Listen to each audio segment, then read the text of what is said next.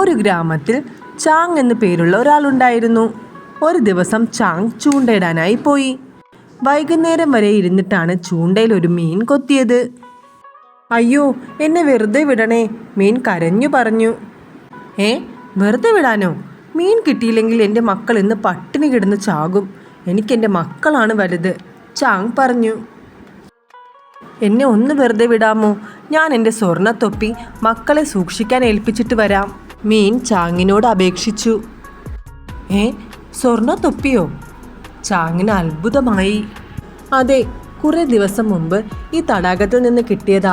ഇതുപോലെ ഒരു മീൻപിടുത്തക്കാരൻ്റെയാണ്. അന്നു മുതൽ ഞാനാണ് തൊപ്പി സൂക്ഷിക്കുന്നത്, മീൻ പറഞ്ഞു. നീ അതെനിക്ക് തരാമോ? എന്നാൽ ഞാൻ നിന്നെ വിട്ടയക്കാം. നിങ്ങൾ എന്നെ വിട്ടയക്കുകയാണെങ്കിൽ തീർച്ചയായും തരാം. ചാങ് ചൂണ്ടക്കൊളുത്തൂരി മീനിനെ പതിയെ തടാകത്തിലേക്ക് വിട്ടു. മീൻ പൊട്ടിച്ചിരിച്ചു. ഹ ഹ ഹ ഹ ഹ. ചാങ്ങിന് ദേഷ്യം വന്നു. ഓഹോ, നീ എന്നെ നുണ പറഞ്ഞ് പറ്റിച്ചതാ അല്ലേ? തൊപ്പിയുണ്ടെന്ന് ഞാൻ പറഞ്ഞത് നുണയല്ല, നുണ പറഞ്ഞത് നിങ്ങളാണ്. ഒരു തൊപ്പി കിട്ടുമെന്ന് കേട്ടപ്പോഴേക്കും നിങ്ങൾ മക്കളുടെ വിശപ്പിൻ്റെ കാര്യം മറന്നില്ലേ?